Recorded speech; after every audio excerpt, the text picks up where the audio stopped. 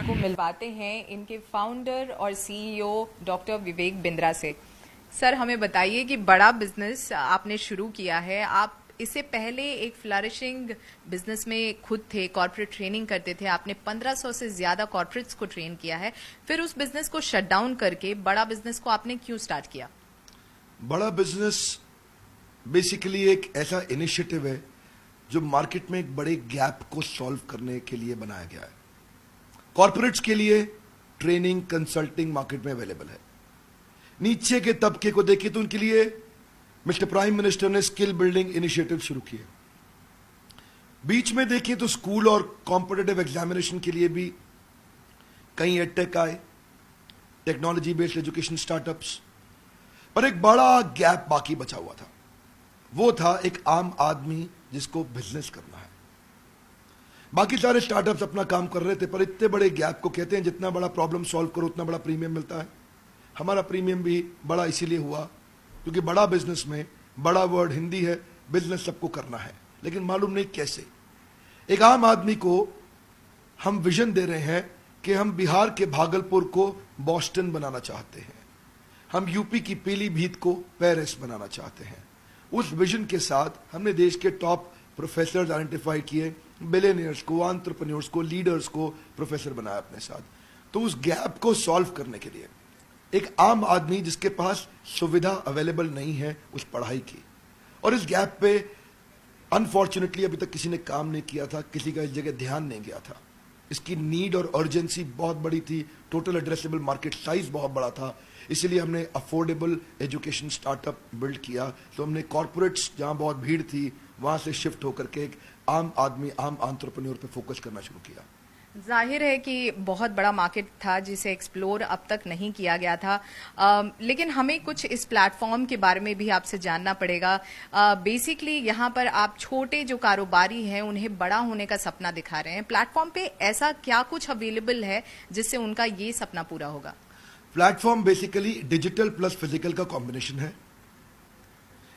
Digital का मतलब हो गया, जैसे आप फिजिकल, आपने इवेंट देखा, इवेंट में इतने सैकड़ों हजारों लोग आते हैं। दिल्ली मुंबई में फिजिकल इवेंट्स होते हैं, सारे हमारे साथ बड़े प्रोफेसर भी आते हैं। हम डिटेल में स्टेप बाय स्टेप कंटिन्यूस कुछ दिन तक ट्रेनिंग करते हैं। डिजिटल के अंदर इनको रीडिंग मटेरियल मिलते हैं, वीडियोस मिलते हैं, केस स्टडीज असाइनमेंट्स मिलते हैं, क्वेश्चनर्स मिलते हैं, फ्रेमवर्क्स मिलते हैं जिनको ये डाउनलोड कर सकते हैं, और साथ में सर्विस काउंसलर बाद में टेलीफोनिक सपोर्ट देते हैं जहां से वो कंटेंट को और डिटेल में समझ सकते हैं।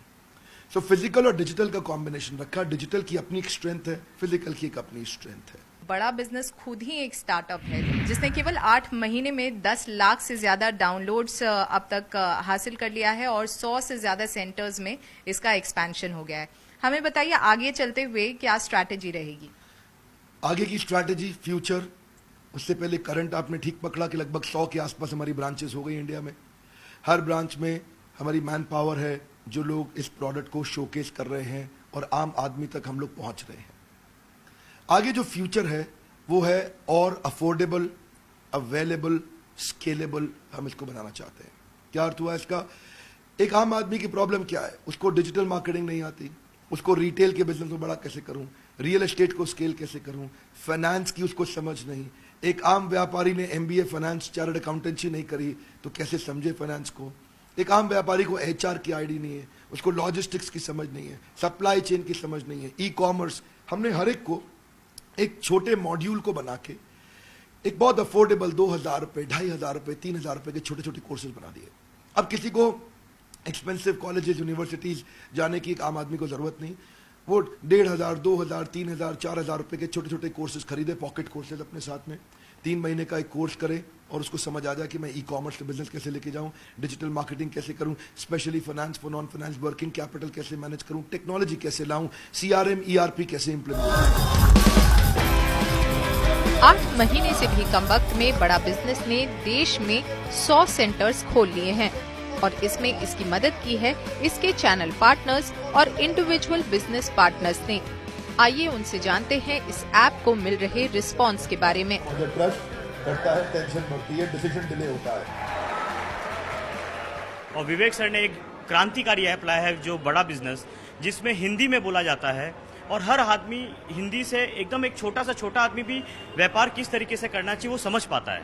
तो इसी के लिए इसका रिस्पांस बहुत ही अच्छा है। सबसे बड़ा रिस्पांस मिलता है, लोग कहते हैं काश 20 साल पहले मिल गया होता तो क्योंकि उससे पहले ही सब सर्विसेज लेते हैं। आज इन्फॉर्मेशन टेक्नोलॉजी का जमाना है, तो लोग देखते हैं कि ये ऐप मुझे 10 साल पहले मिल गया होता तो आज मेरी करोड़ जो टर्नओवर 5 करोड़ की है तो शायद मैं 500 करोड़ पे होता।